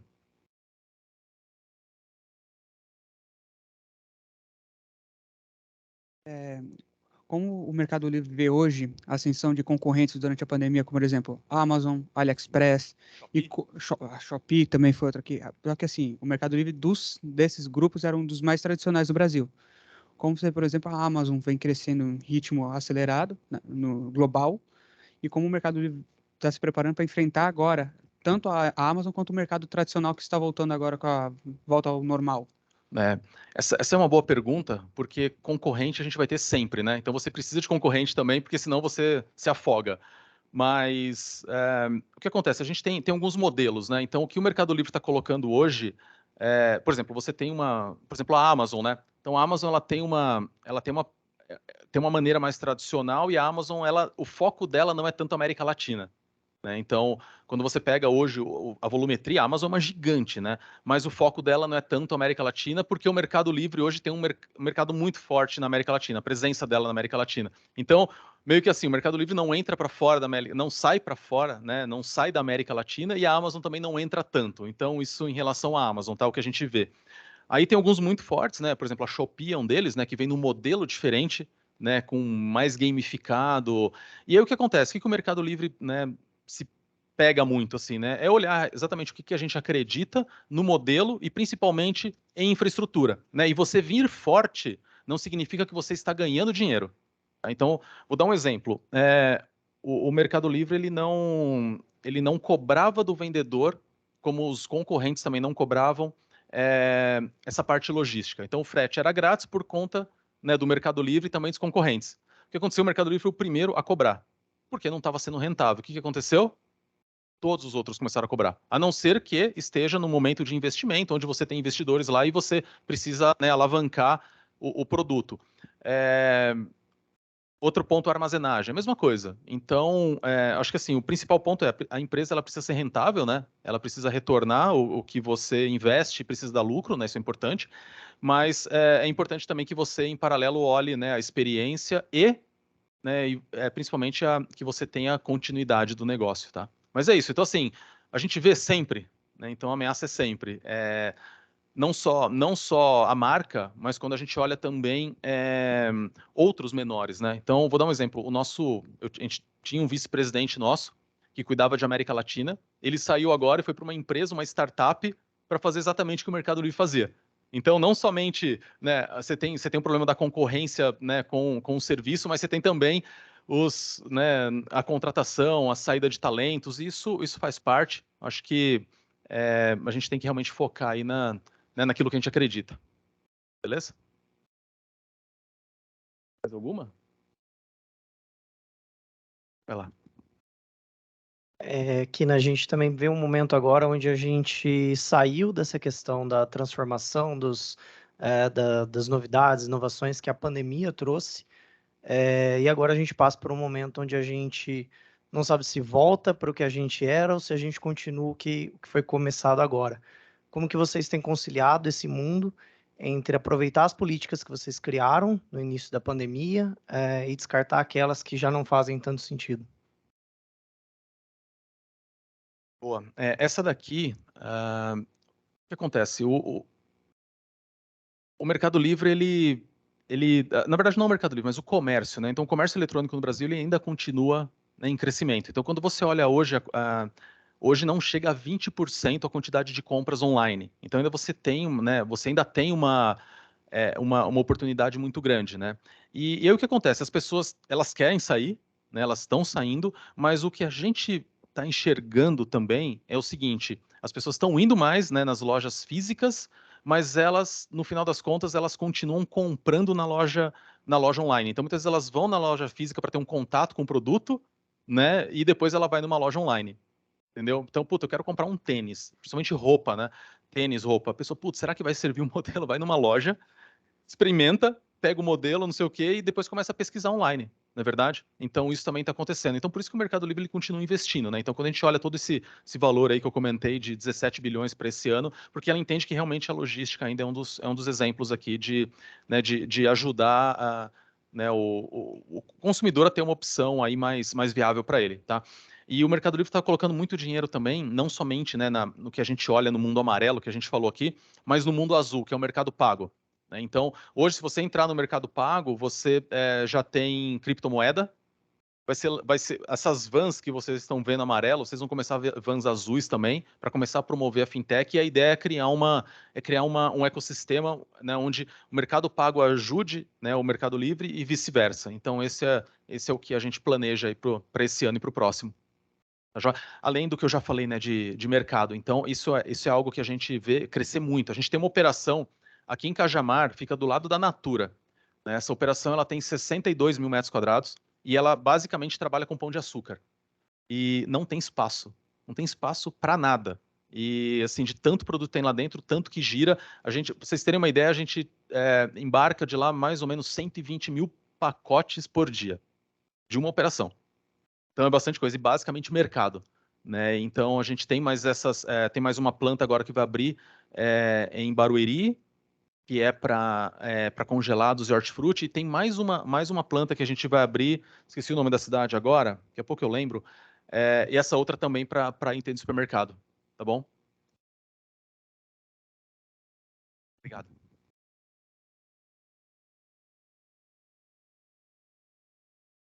Hoje, acredito que vocês gerem muito dados do que o consumidor final acaba comprando, né?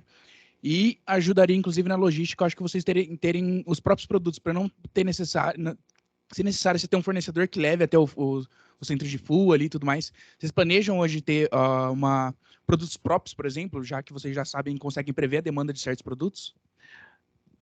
Boa pergunta. O produto próprio, o que a gente tem, né? Quando eu mostrei as operações, né?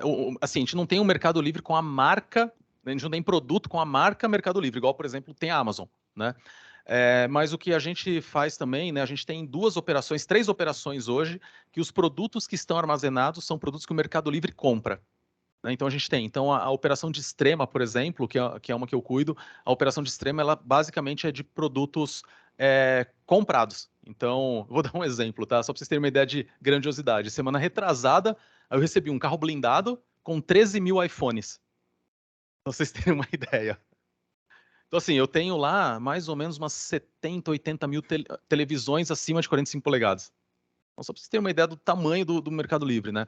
Então, a gente sim, né? Então, você aproveita, essa é também uma estratégia do Mercado Livre, então você consegue negociar aí com os fabricantes, né? Uma compra num valor mais reduzido, né? E também, em extrema lá, a gente aproveita o benefício fiscal de Minas Gerais, né? Então, a gente traz aí produtos que o Mercado Livre compra, a gente não usa vendedor nesse caso, para poder entregar produto mais barato. Produção própria, por enquanto, não. Não tem essa previsão. Não sei se vocês sabem, mas a Amazon faz até robô, né? Eles fazem robô mesmo. Eu já fui visitar a fábrica deles lá de robôs nos Estados Unidos. Então é impressionante. Mas não é o forte do Mercado Livre. Não é o que ele vai. Mais uma? Tô gostando. Você comentou sobre a venda de produtos congelados, né? Me interessou bastante, na verdade, e queria saber um pouco mais, se tiver como você falar. A operação, o que a gente faz hoje, né? Hoje o Mercado Livre ele fez provisoriamente, não sei se já ouviram falar na rede Mambo, não sei se você já ouviu falar. Então o Mercado Livre hoje ele já está fazendo entregas, né, da rede Mambo, mas o que a gente vai fazer agora, daqueles fulfillments, o centro de armazenamento grande, a gente está construindo um em Barueri. Então esse de Barueri vai ser onde vai ser armazenado. E lá a gente vai fazer entrega de congelado, mas para Grande São Paulo em princípio, tá?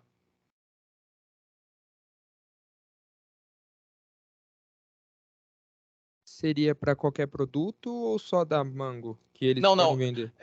Hoje a gente está com a Mambo como um parceiro, mas depois a gente vai começar a trazer os produtos para dentro da nossa operação, né?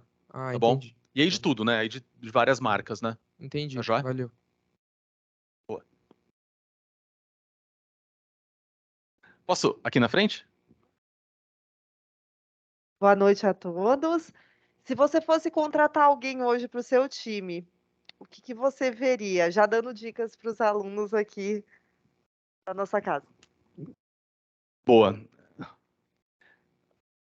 O que eu faria é o seguinte, não sei se vocês viram o DNA da empresa, né? A gente tem os 6 pilares do nosso DNA. Eu faria perguntas relacionadas a esse DNA. Porque o que acontece, né?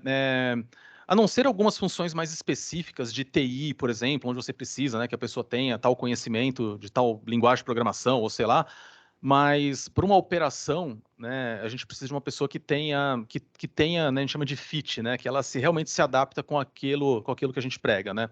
Então a gente pede muito exemplos e é interessante, né, já se preparem. Uma das perguntas que eu faço, que geralmente a gente faz é, eu quero que você me fala 3 ou 4 erros teus.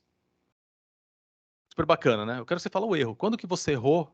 Qual que foi a tua reação? Exatamente para a gente entender um pouco, né, que o erro pode acontecer, obviamente, né? Tem momentos, né? Tem lugares que você não pode errar, né? Você está movimentando uma transpaleteira com 2 toneladas em cima, você não pode errar e deixar aquilo cair, né? Você tem que ter um cuidado maior. Mas é importante como que a gente lida aí com esses erros, principalmente para a gente ver a resiliência, como que a pessoa, né, sai de uma situação difícil, qual que é a estratégia dela, porque no dia a dia é isso, né? Na verdade, no dia a dia é um monte de problema que a gente tem que resolver. Putz, a gente brinca, né, do mundo, né? A hora que a gente sai de uma pandemia aí depois de 2 anos, o que acontece? Fala, putz, agora sim, né? Aí vem uma guerra. Aí vem uma guerra, aumenta petróleo, aí ferra toda a vida de novo. E vai ser assim, não adianta, isso não está no nosso controle. Então a gente precisa das pessoas, né? Lembra que eu comentei lá, que parem de reclamar, né? E que deem a solução. Que arregace as mangas e dê a solução. Bacana? Boa pergunta. Eu vou te colocar uma que uma vez eu perguntei para uma pessoa. Eu falei o seguinte, viu? Se você, assim, a pessoa super, super aberta, né? Ela falou, não, puta, o que precisar, onde me colocar eu trabalho, né? E assim, era um rapaz, ele tinha 19 anos, é um talento. Esse rapaz foi contratado e ele, assim, ele decolou, né? E eu falei, caramba, um menino de 19 anos, mas dando um show na entrevista. Eu falei, não é possível que ele tá tão bem treinado, né? E aí eu perguntei para ele, viu? Aí eu falei, viu, se tiver aqui no chão de fábrica, é um programador, né? Falei, se tiver aqui no chão de fábrica, tudo, você vai lá? Ele falou, não, eu vou, o que tiver eu vou. Né? Ele contou um pouco da história de vida dele, né? E aí eu falei o seguinte, falei, viu, se você tivesse que contar parafuso, você imagina que a gente, né, recebia um saco de parafuso que a gente recebia lá na época, e eu precisasse contar, como que você faria? Putz, isso é fácil. Eu pegaria uns 10 mais ou menos, pesaria e depois eu. É uma resposta meio clássica, né? Mas ele pelo menos lembrou e eu acho que eu falei, puta, faz sentido. Eu falei, puta, que legal, sabe? Ele realmente, além de ele fazer, ele dá uma solução mais inteligente, né? Para aquilo que ele precisa fazer. Então, acho que esses são exemplos. É difícil, né? Quando eu entrei no Mercado Livre, eu não. Eu trabalhava na Dell, né? Trabalhei muito tempo lá e eu não mandei currículo. Então, né, eu não mandei currículo e assim, são essas conexões da vida, né? Eu comentei isso com as meninas lá né, com as meninas aqui da empresa Júnior e eu falei, quando eles me ligaram, eu fiz o processo foi super longo, né? Eu falei até com o presidente do Mercado Livre Brasil, o processo não foi rápido, mas aí a gente viu que, sabe, deu liga, sabe, falou, putz, é aqui, sabe? O meu chefe falou assim, olha, você se sinta confortável, você vem se você acha que você vai ser feliz. É isso que a gente precisa, entendeu? Se você está feliz, o resultado ele vem, né?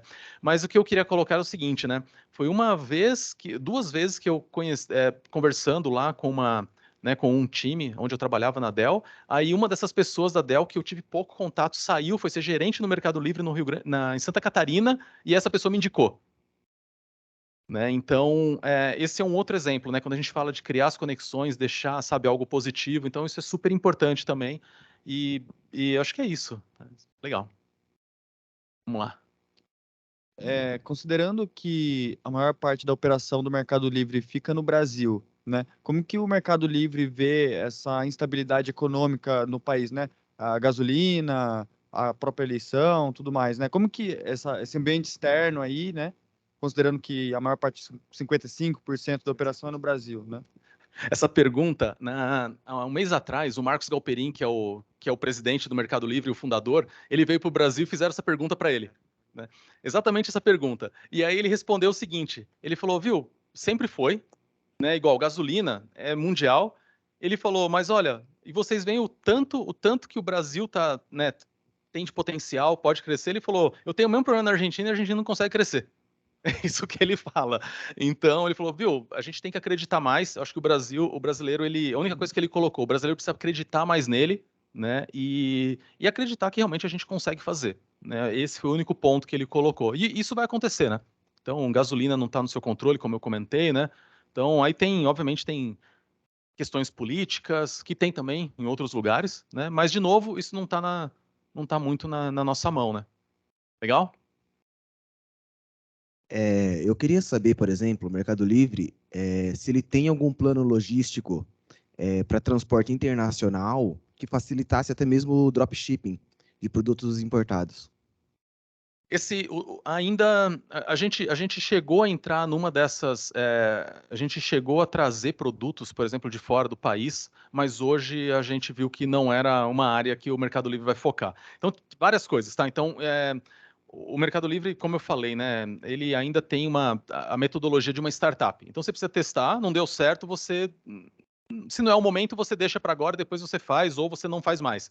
Então, esse foi um deles. Então, essa parte de toda essa importação, por exemplo, quando a gente pega alguns concorrentes, eles são mais fortes, então o Mercado Livre não vai entrar nisso agora.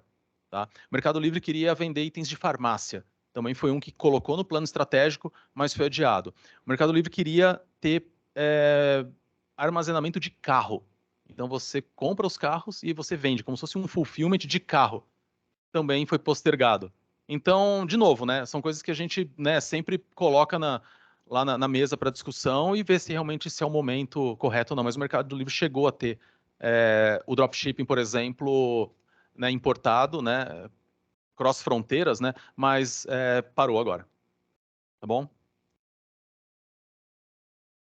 E aí, gente? Mais uma, vamos lá. Eu queria te perguntar sobre o DNA do Mercado Livre. Você comentou que vocês têm um DNA de startup. E eu queria saber como que vocês mantêm esse DNA numa empresa que está crescendo tanto. Esse é um dilema, cara, que não é fácil, porque você começa a crescer, você começa a querer padronizar. Né? Eu dei um exemplo do robô que eu queria trazer. Né? Aí falou, putz, vai para uma área lá, e aí o negócio começou a demorar. O negócio começou a demorar, não estava andando, o pessoal me perguntava, mas quanto que isso dá de case? Eu falei, mas eu não consigo testar.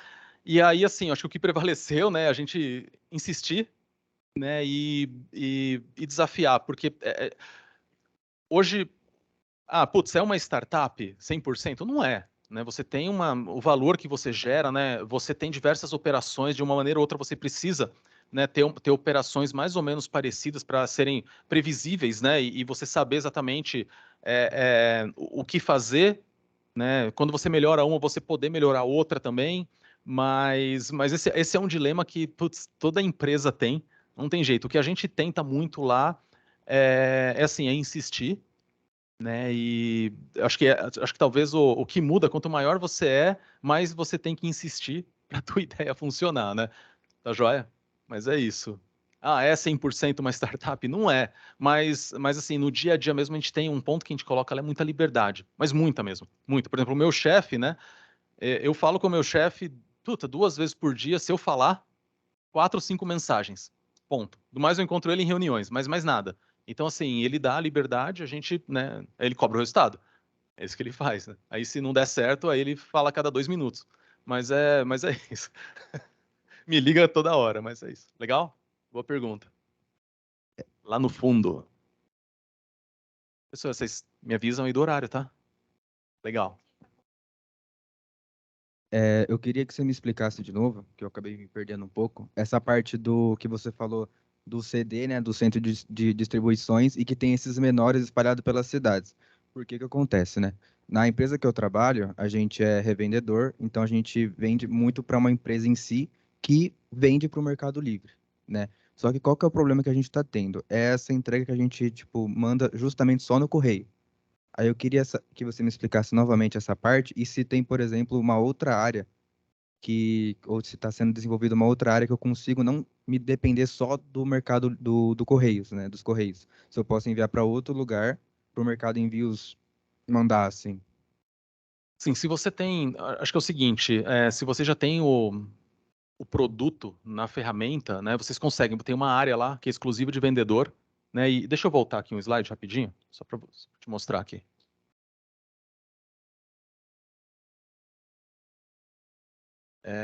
Aqui, né? O que acontece? O fulfillment é um deles, né? Mas a gente tem o que nós chamamos de places, né? Então são os lugares onde você consegue colocar teu pacote, né? E aí o que acontece? A logística do Mercado Livre recolhe e leva, por exemplo, para um cross-docking, para um full, aí depende um pouco do que você contrata, tá bom? Então, aqui a gente usa um processo que a gente chama de coletas, né? Então, por exemplo, o vendedor, ele coloca num place, e aí o Mercado Livre, aí depende um pouco da região, sei lá, 2 vezes, 3 vezes por semana, pega esses pacotes e leva para distribuir.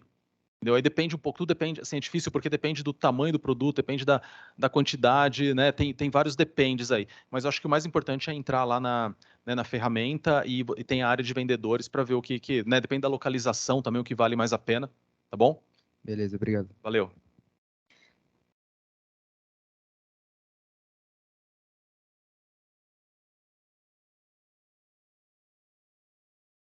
Primeiro, parabéns aí pela palestra. Obrigado. Né? E uma curiosidade que surgiu, aliando um pouco com um dos temas que foi discutido assim hoje pela manhã, você apontou aí, realmente são mega estruturas que vocês têm em São Paulo, na Cidade do México, na Argentina.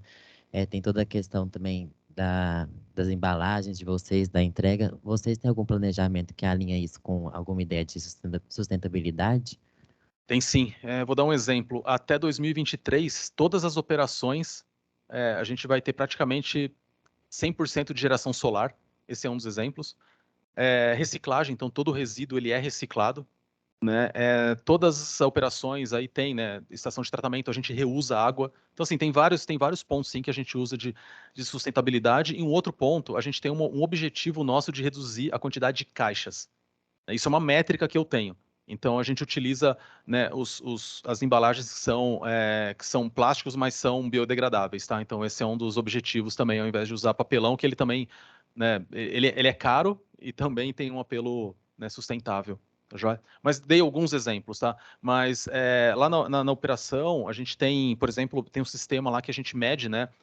Todo galpão ele tem várias clarabóias, né? Para entrar luz natural.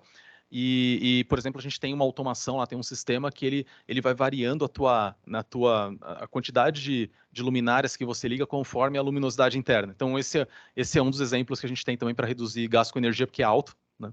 Então, tem vários pontos. E o outro que a gente tem também a gente planta muita árvore, né? Então, porque você imagina que um galpão desse você desmata uma área muito grande, né? Então, além de legislação, que a gente é obrigado a fazer, mas geralmente o Mercado Livre faz quase 2 ou 3 vezes o que é obrigado, tá? Joia? Boa. Mais uma, vai lá. Como vem sendo a aceitação de criptomoedas na plataforma? Você acha que está dando certo ou ainda é muito pouco usado?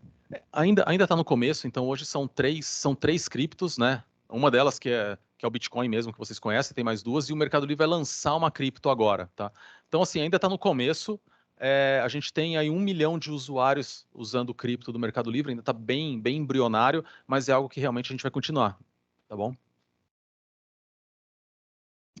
O que você acha que falta no ambiente brasileiro, seja no mercado consumidor, seja em termos de ideias, de infraestrutura logística? O que mais falta no Brasil para uma empresa como o Mercado Livre se destacar, que, por exemplo, tem lá fora e aqui não tem? Olha, pergunta boa. Primeiro ponto, o Brasil, o Brasil ele tem uma complexidade tributária alta, né? Então isso é um dos pontos que gera complexidade, não é qualquer um que consegue trabalhar no Brasil, né? Não é para qualquer um.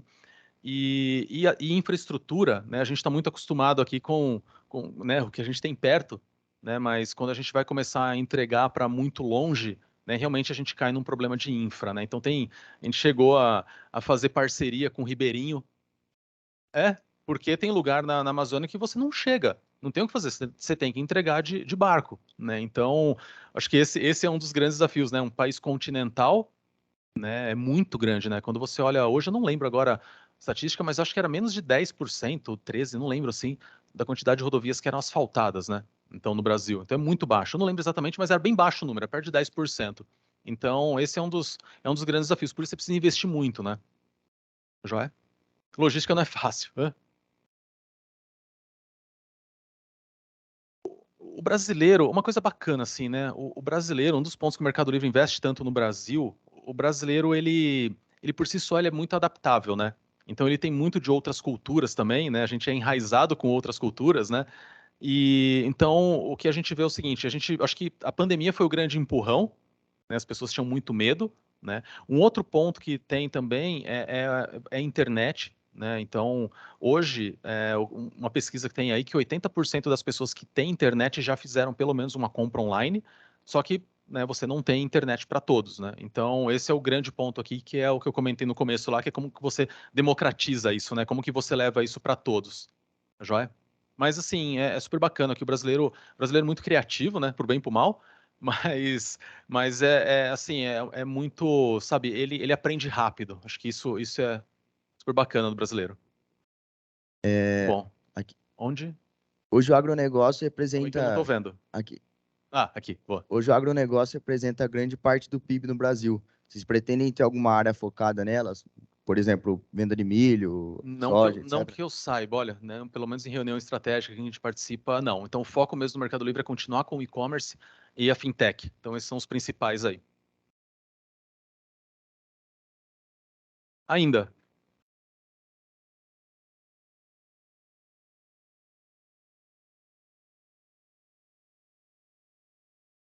Onde?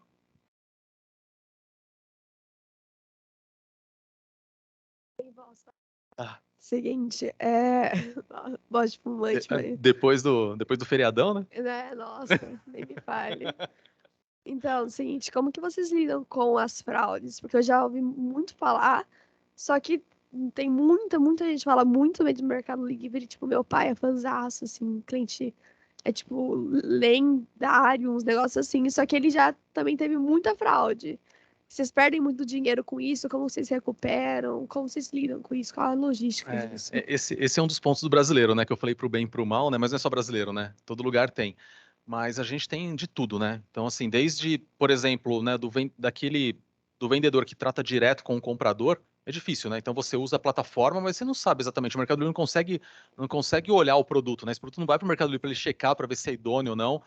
Então, assim, aí realmente é o cuidado de uma compra online, né? Outra coisa, uma coisa que é interessante do Mercado Livre é o seguinte: se você faz uma compra e, sei lá, você se arrepende ou tem algum problema, quando você devolve, antes de você devolver o produto, ele já te devolve o dinheiro. Né, e você tem alguns dias aí para você poder enviar. Tem fraude? Tem. Eu já recebi celular com pedra dentro. Isso tem. Mas o que o Mercado Livre entende é o seguinte: aí obviamente que esse cliente, né, ele vai ser bloqueado da plataforma, então o CPF dele fica bloqueado, né?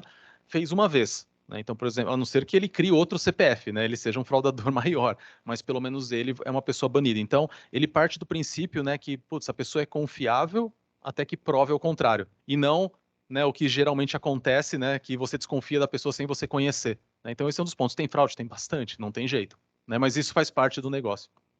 Tem mais uma pergunta. Por que não pode, tipo, colocar número de celular, essas coisas na descrição, para você entrar em contato direto?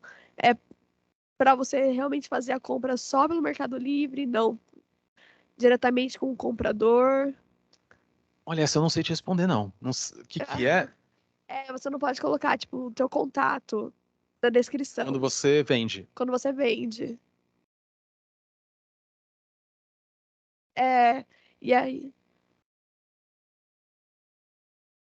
É por causa disso, para tipo, pro Mercado Isso. Livre ganhar a É vantagem. isso. Se você está usando a ferramenta, você não pode usar a ferramenta só para você ter a. Por isso, Esse é um dos motivos, obviamente. Você pode, tipo, dar descrição nenhuma, tipo, nem de onde você mora, nem seu celular. Né? E aí o pessoal, tipo, eu já vi, tipo, fala o número do meu cachorro sabe, tipo assim, uns negócios. São as fraudes, né? Como tem outra também, né? E aí coloca um número aleatório, que é o número do celular do cara. Eu já recebi produto Os negócios bem. que vem um papelzinho dentro, falando assim, se der um defeito, não entre em contato com o Mercado Livre, fale com tal pessoa.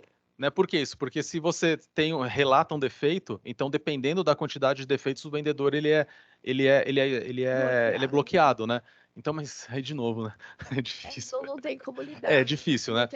Outra coisa que tem, né? Por exemplo, dentro do full, então o full é muito mais controlado, né? Então, tudo que está no full realmente são as mercadorias, principalmente quando é mercadoria do Mercado Livre mesmo, né? Então, quando você vai comprar, tá escrito por Mercado Livre ou por, sei lá, vou colocar Casa da Ferramenta. Então, aí você já sabe se a mercadoria está com o Mercado Livre e é do Mercado Livre ou não, tá?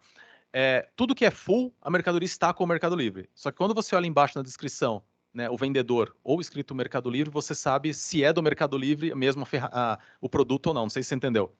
Então, e aí o que acontece, né? Por exemplo, a gente tem muita fiscalização, né? Então, por exemplo, Anatel, Anvisa, então eles vão muito nas operações aí para tentar combater fraude, né? Principalmente de produtos que vêm de fora, porque o vendedor traz muitas vezes, né? Ele importa e coloca lá no full, né? E aí, assim, são muitos, né? Então, quando você olha a quantidade de produtos que a gente recebe, né? Então, não é fácil controlar. Mas, assim, tem um algoritmo grande lá que a gente faz auditoria e também a gente conta aí com um órgão fiscalizador, né? Obrigada. Nada? Boa pergunta. Legal.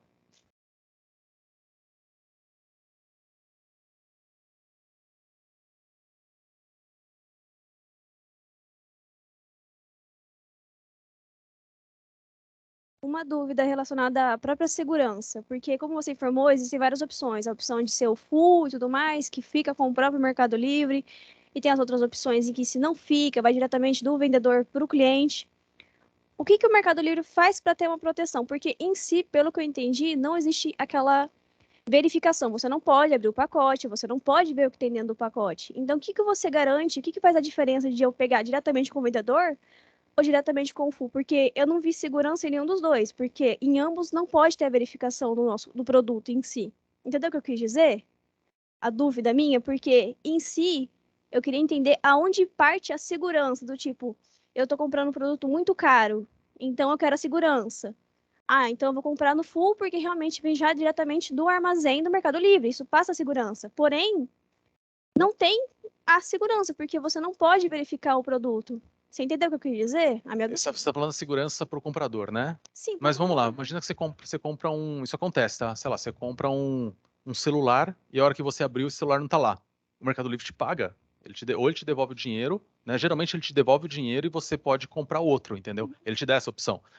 Quando você negocia direto, o que acontece? O Mercado Livre você imagina que é uma grande vitrine lá, né? Então os vendedores, eles podem vender direto, ele tem uma loja, e ele pode aumentar o alcance dessa loja usando a plataforma do Mercado Livre, né? A hora que você pesquisa. E aí o que acontece? No caso de um produto de um vendedor, o que acontece é o seguinte, o Mercado Livre, ele não vai te ressarcir, né? Por causa, se daqui a pouco aconteceu alguma fraude, né? Algum problema, algum roubo, o que o Mercado Livre geralmente faz? Aí depende do caso, tá? Aí existe sim uma investigação.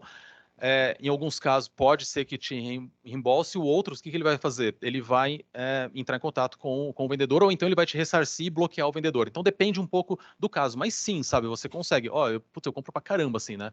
Eu nunca tive, eu já tive problema de produto aberto e me devolveram, entendeu? Então, eu não sei se você teve algum caso, até se tiver, eu posso até levar o caso, não sei se você chegou a ter algum já. Não? Mas é isso, mas aí depende um pouco do caso, depende um pouco do caso, né?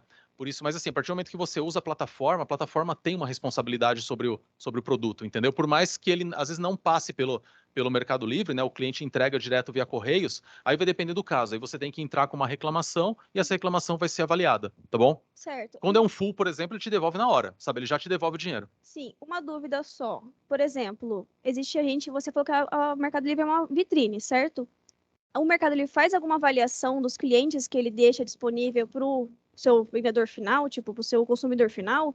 Por exemplo, ela fala assim, olha, se você quiser ser uma pessoa que revende através do Mercado Livre, você tem que ter esses pré-requisitos e tudo mais, você passa pela avaliação e tudo mais, porque, tipo, eu nunca vi, entendeu? Eu não sei como é que funciona, porque uma vez eu tentei, até cogitei, falar, nossa, revender no Mercado Livre, mas eu não sabia como é que funcionava. Existe alguns agentes, principalmente para quem já vende no Mercado Livre, existe os agentes que cuidam dos vendedores. Por exemplo, para você gerenciar melhor a tua entrada, né? Puta, manda para o full, não manda para o full, aumenta a tua participação no cross, não aumenta. Então, isso existe, tá? Mas para a área de vendedores, até onde eu sei, tá? De novo, pode ser que tenha alguma coisa que realmente eu não tenha conhecimento. Mas hoje existe os agentes aí que trabalham junto com os vendedores, tá? Eu não sei se algum chegou a entrar em contato com você, se você falou com eles, mas existe sim. E esses agentes, eles olham muito dados, né? Então, eles começam a olhar a região e eles vão começar a te aconselhar. Putz, no teu caso aqui, ó, vale a pena você colocar num full e tal lugar. Ou não vale a pena, entendeu? Mantém da maneira que você tá.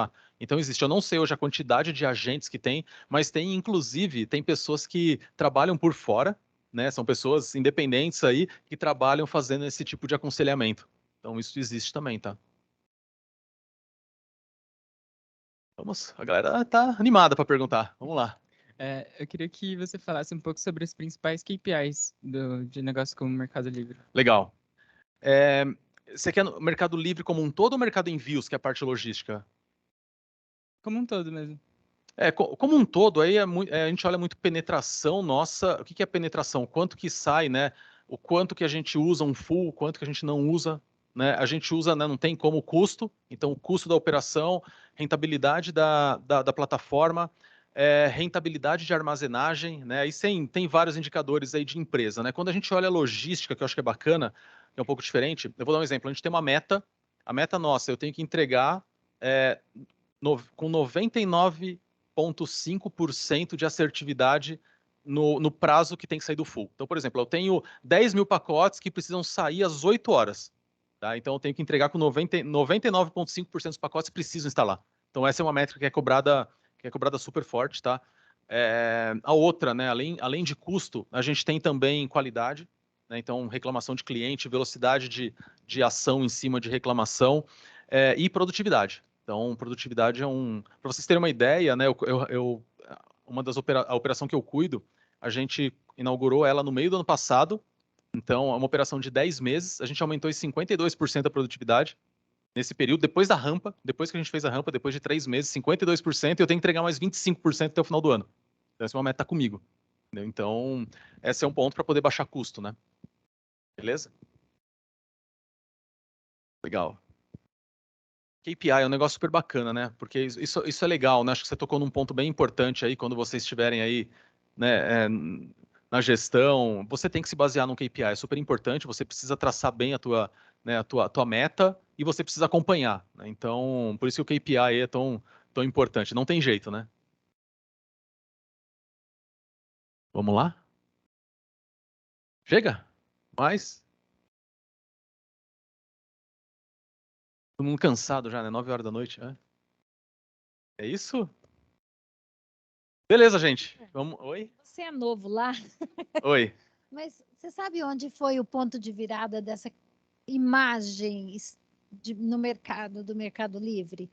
Onde foi esse ponto de virada? Porque no começo era um site bem assim, eu tinha medo. É um beta, todo mundo, né?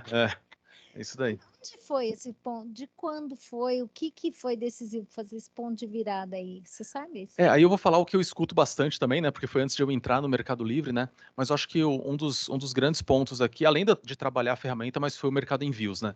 Então o Mercado Envios ele trouxe essa confiança, né? Então a gente sabia, né, que somente a ferramenta dependia muito da negociação com o vendedor. Então você não tinha essa confiança. Então trazer a logística, trazer o full, trazer mercadoria, isso foi o ponto de virada, assim, o que todo mundo fala. Inclusive é interessante, né? O fundador, um dos fundadores, que é o brasileiro, que é o Stélio, ele desde o comecinho no Mercado Livre, e ele saiu do Mercado Livre agora, mês passado. Né? Então ele saiu do cargo executivo para ser um conselheiro, né? E aí, no lugar dele, né, assumiu o Ariel, que já era um vice-presidente, e o Ariel foi quem quem trouxe o Mercado Envios para o Mercado Livre. Então, você vê, ele foi uma pessoa de operações a assumir a presidência do Brasil. Geralmente, uma presidência vem de, principalmente, cargo mais comercial, mais marketing, e aí, não é algo que é muito comum você colocar alguém de operações cuidando da presidência do Brasil, né? Mas, assim, certamente foi uma virada. 2018. Aqui no Brasil, sim, né? O Mercado Envios, ele começou na Argentina um pouco antes, né? Na verdade, o Mercado Envios ele começou em 2002. Desculpa, 2012. Ele começou em 2012, só que assim, né, devagar ainda, né, estudando como que o modelo ia funcionar, mas aqui no Brasil a grande virada foi em 2018, 2019 já. Apesar que a gente começou em 2017 com o full, mas a virada mesmo foi 18, 19, um pouquinho antes da pandemia. Boa. Legal. Gente, mais alguma coisa? Não? Vamos lá. Bom. Obrigado, viu, gente? Valeu. Muito obrigada, Ricardo. Foi uma honra ter você aqui conosco. Nesse momento, queria convidar aqui a Laura, a nossa presidente da empresa Júnior, para lhe entregar uma lembrança.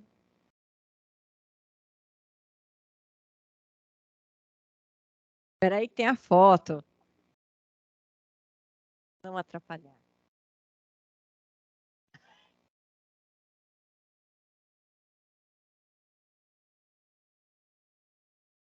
Muito obrigada, Ricardo. Quero agradecer a todo mundo que esteve aqui com a gente essa noite, convidar vocês para participar da programação da semana, que está muito, muito especial. E quero lembrar, principalmente aqui, aos nossos alunos, de fazerem a avaliação do evento, né? Mari, você me ajuda aqui com a projeção? Então, é importante para a gente que vocês nos deem um feedback, né, do evento, para que a gente possa aprimorá-lo, que vocês formalizem a presença de vocês, né? A gente está projetando aqui um QR Code para isso, e quero lembrar a todos os alunos, né, que a saída acontece aqui pelo nosso lado direito, lado esquerdo de vocês aqui, e não esqueçam de passar o cartão crachazinho para validar a presença de vocês. Muito obrigada a todos, uma ótima noite e até amanhã.